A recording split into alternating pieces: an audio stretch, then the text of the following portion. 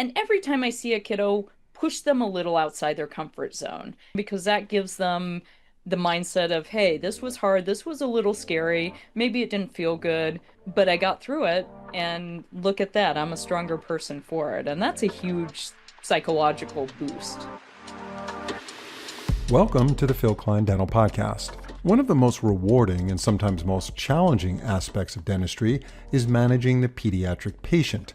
Today we'll be joined by an expert in the field, Dr. Julia Richman, a board-certified pediatric dentist with years of clinical experience and passion for helping both kids and clinicians feel more confident in the operatory. Together we'll explore strategies for reducing anxiety and gaining trust, especially during that crucial first visit. We'll address some common questions. Should parents be in the room? Is nitrous oxide essential? What communication techniques actually work to ease fear and build cooperation? We'll also discuss how to approach those more challenging cases, the children who have struggled to receive treatment in other general practices, and how the right approach can turn things around. When it comes to managing decay, we'll talk about combining the surgical and medical model, using tools like silver diamine fluoride alongside traditional rotary instrumentation to preserve tooth structure while delivering effective care. We'll also talk about the importance of using the right handpiece, one that not only provides the highest level of precision and reliability, but also offers ergonomic benefits, such as improved access for those small, hard-to-reach pediatric mouths. And Dr. Richman will be sharing with us her favorite air-driven handpiece. So if you treat kids in your practice or want to feel more prepared and confident when you decide to do so, you won't want to miss this conversation with Dr. Julia Richman, a well-respected pediatric dentist. Before we bring in our guest, I do want to say that if you're enjoying these episodes and want to support the show, please follow us on Apple Podcasts or Spotify.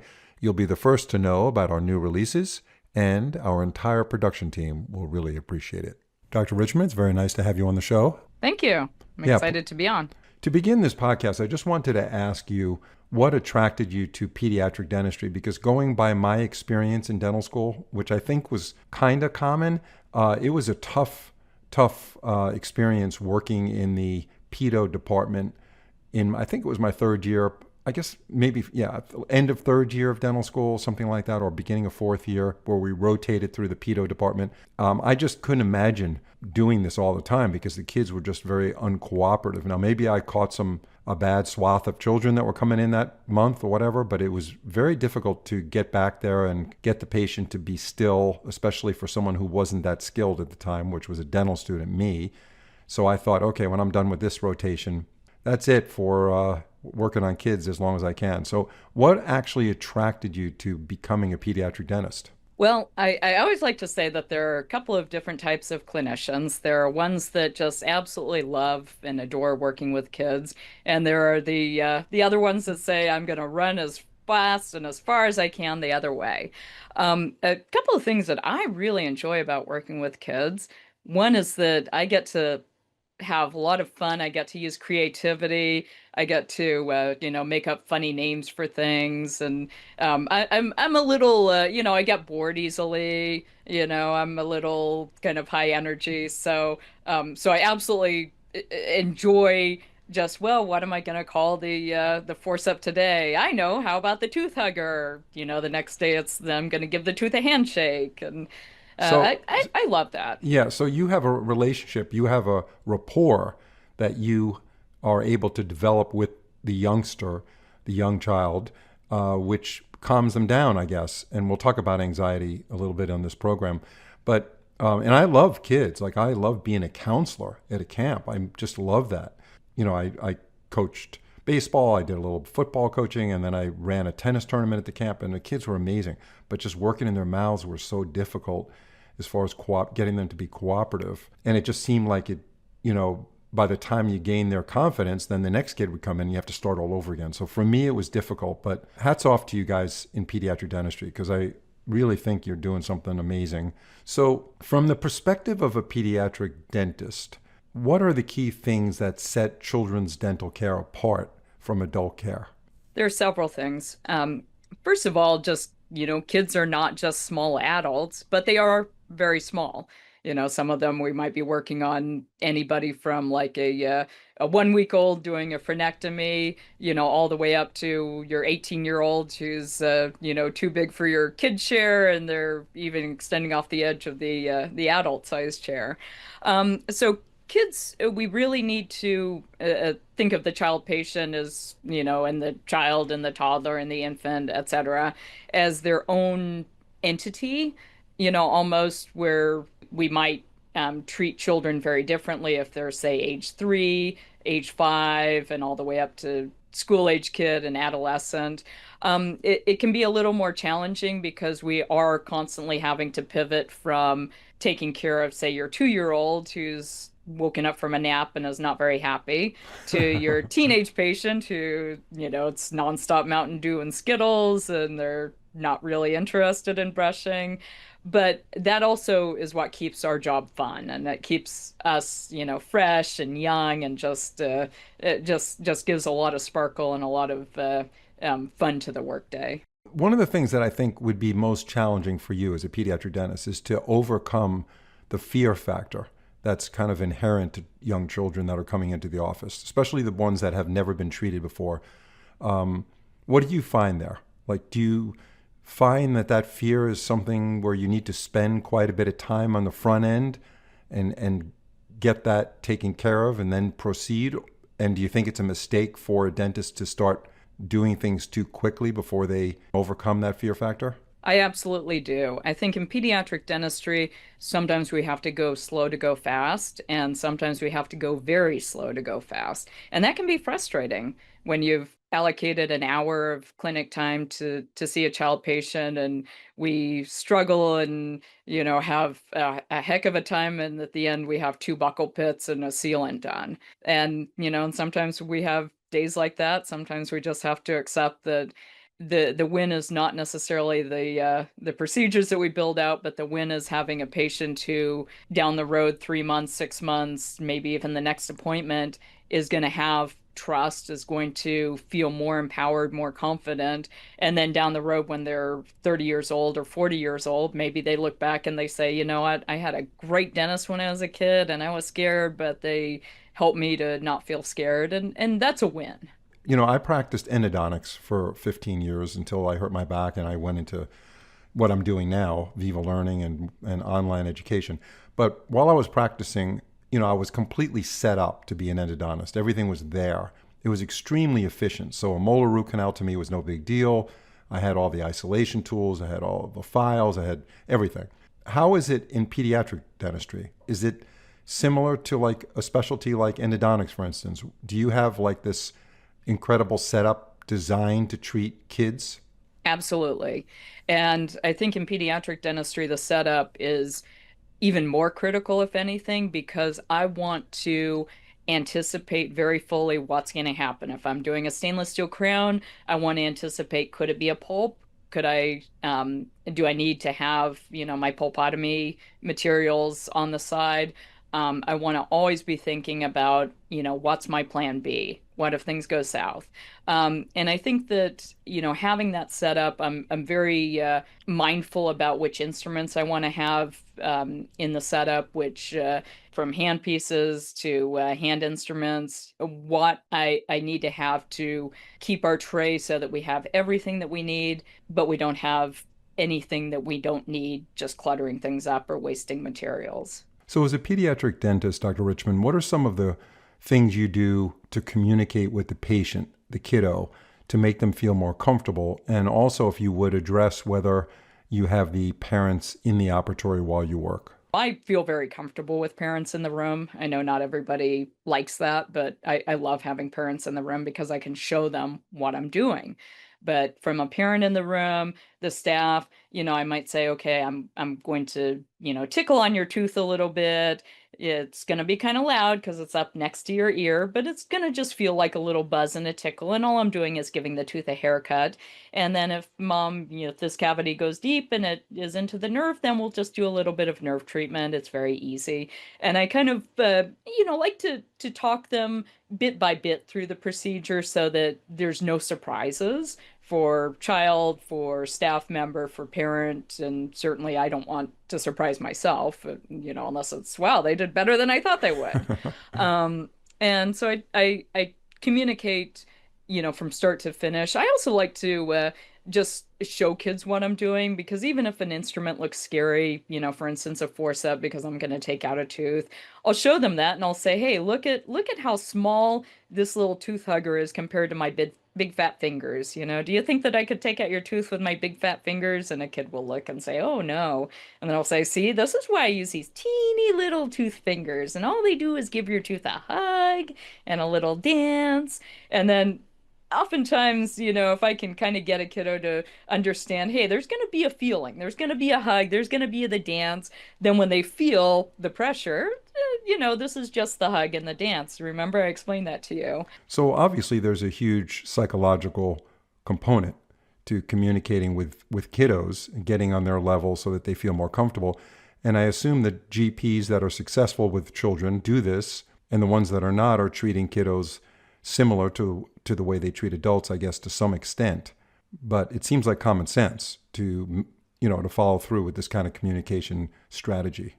Yeah, and I think that a lot of the stuff is not at a very high difficult, oh my gosh, I needed 3 years of pediatric dentistry to learn this stuff. A lot of this stuff comes more when you just think about it from the perspective of a kid. I don't lie to kids. Like, I mean, if it's a 3-year-old and they say, is this going to taste bad? Sometimes I'll say, yeah, not so bad, but, when it really tastes horrible. But, as a general rule, I don't lie to kids. If a kid's old enough to say, is there going to be a shot? I'm going to say, well, yeah, but it's teeny, it's really fast. I'm going to do everything that I can to make it easy. I'm big in trying to not only build that trust by communicating and by being honest with a kid, but also build on that trust. And every time I see a kiddo, push them a little outside their comfort zone. Well, I know that you're a bit scared today, but here's what we're going to do. I'm going to talk you through the whole thing. If you're my boss, so you raise your hand and I'll stop right away and we'll figure out what's going on, even if you need to scratch your nose or whatever. We'll figure out what's going on. And then I also feel that there's a lot of benefit, assuming that the parent is on board with that, with pushing a kid a little bit outside their comfort zone, because that gives them the mindset of, hey, this was hard, this was a little scary, maybe it didn't feel good, but I got through it, and look at that, I'm a stronger person for it. And that's a huge psychological boost. So pretty much every general dentist has nitrous oxide in their practice. I assume that's an important component to relaxing the pedo patient. It absolutely is. And I think although pediatric dentistry can be done without nitrous oxide, very much so. And in fact, in many clinics, especially in other countries, that's not an option. But I think that nitrous oxide really does help out a lot. One big advantage to it is that it gives kids something really concrete to focus on. Now I'm going to have you take a big breath, hold it into your belly for a count of 4. We're all going to count. And I find that if I get with parents and, I have a parent in the room who's anxious, I have, a kiddo who's anxious, I can feel my staff member getting anxious, and anxiety is very very catching. Once somebody gets anxious, and sometimes it's like a pile of dominoes, everybody falls. But when I start feeling that anxiety creep up, then I'll just stop and say, let's just do some breathing here. Sometimes it just helps to get back to our breathing, and everybody in this room, we're going to take a big calming breath. And I like overtly, I'm, just recruiting mom and everybody just so that we can, all be on the same page with the kiddo and getting them to breathe. But I also find that that's just calming for everybody. And the more calm everybody is, kids get when somebody's calm. And they also understand when they feel anxiety. It's just like killer bees and dogs, right? Mm-hmm. Kids can sense fear, they can sense anxiety. So the more that you try to focus on knowing your own body, your own physiologic signs of anxiety and stress, and of how are we going to get through this appointment, the better you're able to deal with that and to say, okay, now we're going to take a step back, we're going to breathe. Maybe I'm even going to walk out of the room and, we'll do a little break for a few minutes. Um, just pausing to reset and have everybody take a big breath and just, doing a reset is tremendously helpful. So for most of your pedo patients, you employ nitrous oxide. I do for most of the younger kiddos for restorative procedures, but once they hit about, say, age 10, 11 or so, oftentimes kiddos say, "Hey, I'm fine without it," and I say, "Great." And then, sometimes anxious kiddos earlier, younger, will say, "No, I don't want to use nitrous," and I say, "That's great, but." If you choose not to use nitrous, that's a big kid decision. And that means that you're a big kid. We're going to treat you like a big kid, and we're going to expect you to help us out like a big kid. What about rewarding the patient who's good with a present or toy or something that they get after the visit? Is that something you use routinely? Absolutely. My reward bin, this is not, a throne of judgment. It's not a court of law. It's not, well, you didn't really do good, so I think that you don't get your bouncy ball. No, no, no, no, no. If a parent says that, that's their business. But I Everybody's a don't winner. care. Everybody's a winner in your office. Exactly. Yeah. Everybody's Okay. a winner. It's Everybody no gets a skin off trophy. of my nose. I'm going to give the bouncy ball, regardless of how well or not so well a kiddo did. For restorative, I buy these Dr. John's, although I'm not sure he's a real doctor, but these xylitol lollipops that are shaped like teeth, and they're just fabulous. Kids love them. They really like the taste, and I just find that it's nice to have something to Yeah. get like I bad think taste a out. young girl, 12 or 14-year-old girl invented that and Did became Oh, yeah, that's yeah, awesome. that's what I read a long time ago that some teenager, young even before teenage years, 12, whatever. I may be wrong here, but I'm pretty sure I read that she invented or started a company that was based on xylitol lollipops and that kind of thing. So she might have sold it by now. This was a long time ago, but I think that's where it originated, which is very interesting.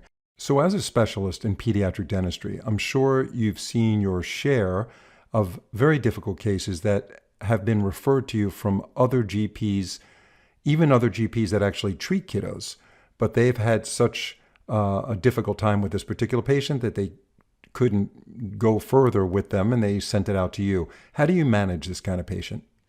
Well, one thing I think is very helpful to a parent is to just sit a parent and a child down and say, "Hey, I understand you've had some tough experiences. Maybe you were held down and it didn't go so well. Maybe nobody could work on you because you grabbed the syringe and stuck the doctor with the needle. And I've had that. Maybe this happened, that happened, or, everybody said this tooth needs to come out and, you really don't want to. So, you guys are looking for options." And I tell them, "Look, I can't guarantee that it's going to be super awesome from the moment we start. I mean, this is reality. We're going to work through things though." And I like for a parent and a child to feel some confidence that I've faced hard things before. I've had kids who had a really tough time, and we've worked through those problems, and we're going to work through it as a team. This is not me against you. We're going to take a look. We're going to see what might the problems be, what, are some potential solutions for those. And we're all going to work through those problems and through those solutions as a team and come together as a team. So, if you were to talk to a GP right now and they told you they're interested in building up the pedo side of their practice, what are some of the things you would tell them that they should expect to be most challenging when it comes to treating children, dealing with the parents, the whole bit? I think a lot of what people find to be challenging are some changing dynamics in parenting, and this is not a process that is new. I mean, this has been going on for a while, but I think that there are still kids, especially nowadays. We're getting the cohort of kids who are born during COVID, and their early years may have been pretty isolated. So I think we're dealing with a little bit of that, kids who just aren't didn't quite get that early socialization, not through anyone's fault. We're also dealing with, sometimes parents who have expectations that are unrealistic. For instance, my child's going to have a great time for everything. There are going to be no tears. If a child's 18 months old, well, they may be smiley one day and the next day they may be tears from start to finish.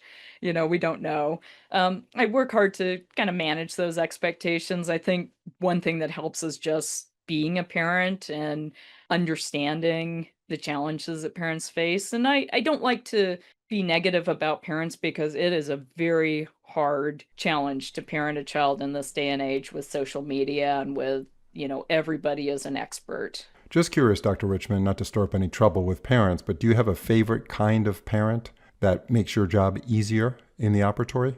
My feeling is that I take every parent, every child as I get them. I think that some parents make our job easier, and some parenting strategies make our job harder. Um, but I also feel that I play a very important role for parents in sometimes almost giving them permission to be more authoritarian.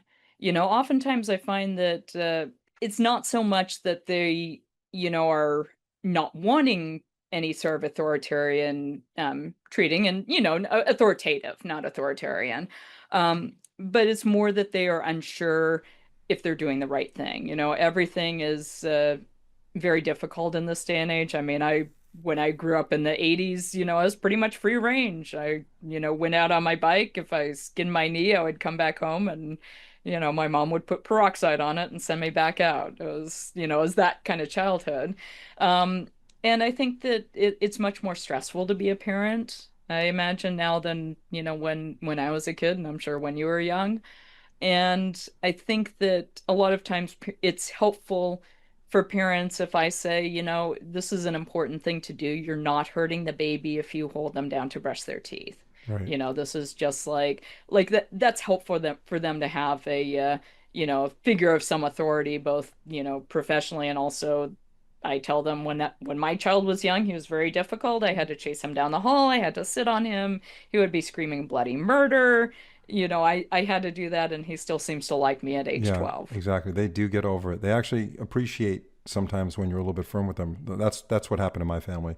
So I do want to ask you on this episode about conservative dentistry in the field of pediatric dentistry. Do you think the advancements in materials and techniques have encouraged dentists, not only specialists but also GPs, to approach pediatric dental problems in a more conservative way?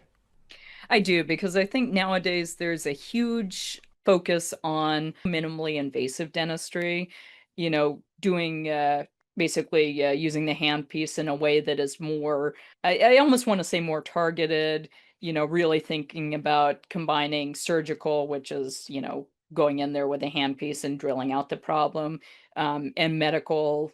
Treatment for caries, for instance, silver diamine fluoride, nano silver, things of that nature that have come onto the market and are becoming very widely accepted. So I think nowadays I very rarely will sedate a child, aside from using general anesthesia for, very extensive cases.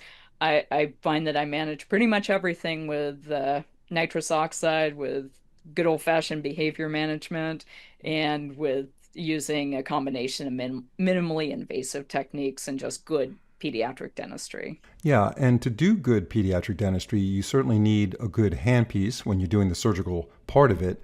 And you need a handpiece that's going to be able to get back in those tough to access areas in a small mouth. In your practice, do you use air driven, electric, or a combination of both? So I still prefer the old-fashioned air-driven handpiece. I've tried electric handpieces.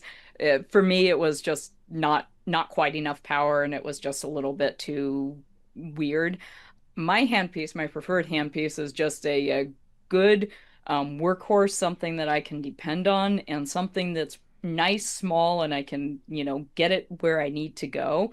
Because a lot of times access is an issue. For instance, I had a 5-year-old today.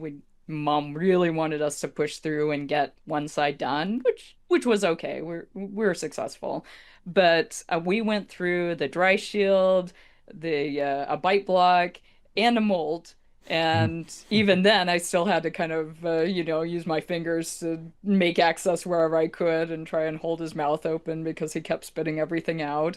And, I had a very small little area to work with. So I like something that holds up well for that. I also had a handpiece, a different brand. I was working outside of my practice, and had the whole motor, the whole actually the top of the handpiece, the whole chuck, just fall out all of a sudden.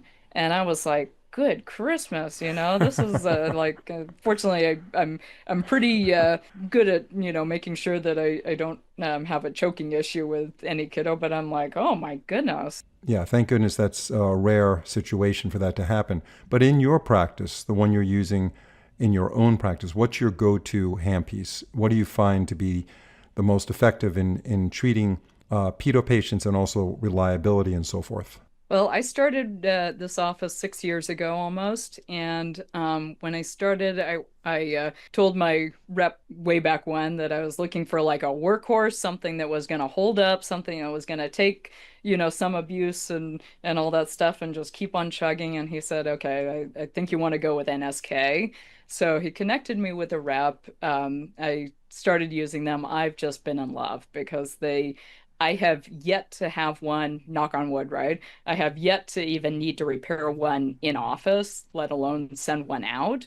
And they just seem to hold up really well. And I like they fit very well in my hand. They're not overly heavy and they just seem to work. I know that there's a lot of women dentists that I've talked to that love the NSK handpiece because they're smaller and lighter. And these women tell me on the podcast interview they have small hands, which I understand. Is this a particular model that is smaller that you're using for the kiddos?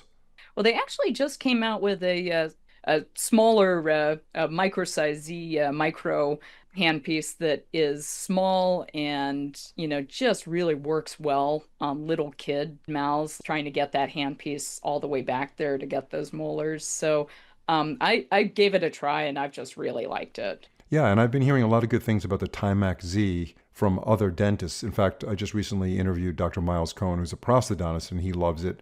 He said it's a workhorse handpiece. He wouldn't go with anything else. This is the micro version of that, I guess, which is ideal for pedo patients. Absolutely. The electric ones are heavier, they're larger, but they do have consistent torque. So, but for pedo, I'm not sure that's that critical because they're great for adult prepping for, having this perfect chamfer that goes all around for whatever they're doing. But I don't know if you necessarily need that in a pediatric practice. Do you agree? Precision is very important while we're not doing chamfers, per se. I've got a little teeny mouth there with a lot of tissue, and this mouth is oftentimes in motion. So I want to be Moving dead target. set Yeah. that, yeah, exactly. It's a moving target. It's sometimes, we practice what we call rodeo dentistry, and you are wanting to be very dead set that where I aim that burr to go is where it's gonna go. Now, I don't have any issues there. yeah, so that's good. So you've got your handpiece all nailed down as far as what you like. So before we wrap up this podcast, Dr. Richman, tell us about the frenectomy procedure, a very common procedure in the pediatric world. What I found interesting was that you're not a real laser fan. And I kind of assume that most pediatric dentists use lasers for these procedures, tongue tie and frenectomies, et cetera, but you don't. Tell us about that. Well, I actually I have a pair of Lagrange, several pairs of Lagrange scissors. And I like these because they have a nice little reverse curvature to them. They're not scary like a scalpel. Like I can show a kid, and in fact, when I get a new pair of scissors, if they have pointy little tips, I even take a burr white stone and we'll just round those out. They don't look scary. And I'll Hmm. show a kid and I'll say, this is all I'm going to use. This is just a little tiny pair of scissors like your mom, probably uses if she's sewing or whatever, right? Right. And not only do they not look scary, but with a pointed tip removed, we're not worrying about anything sharp in a little kid's mouth, especially a newborn. And I feel that, with those, I can do a very precise, very nice frenectomy. I'm not worried about a kid who's abruptly moving because I've got control. And for me, that's the instrument of choice from littles all the way up. Yeah, great discussion today. Really enjoyed this podcast episode. And I know you lecture because it would be a shame if you didn't, because there's a lot you have to say, and your insight is really excellent on pediatric dentistry. You do lecture.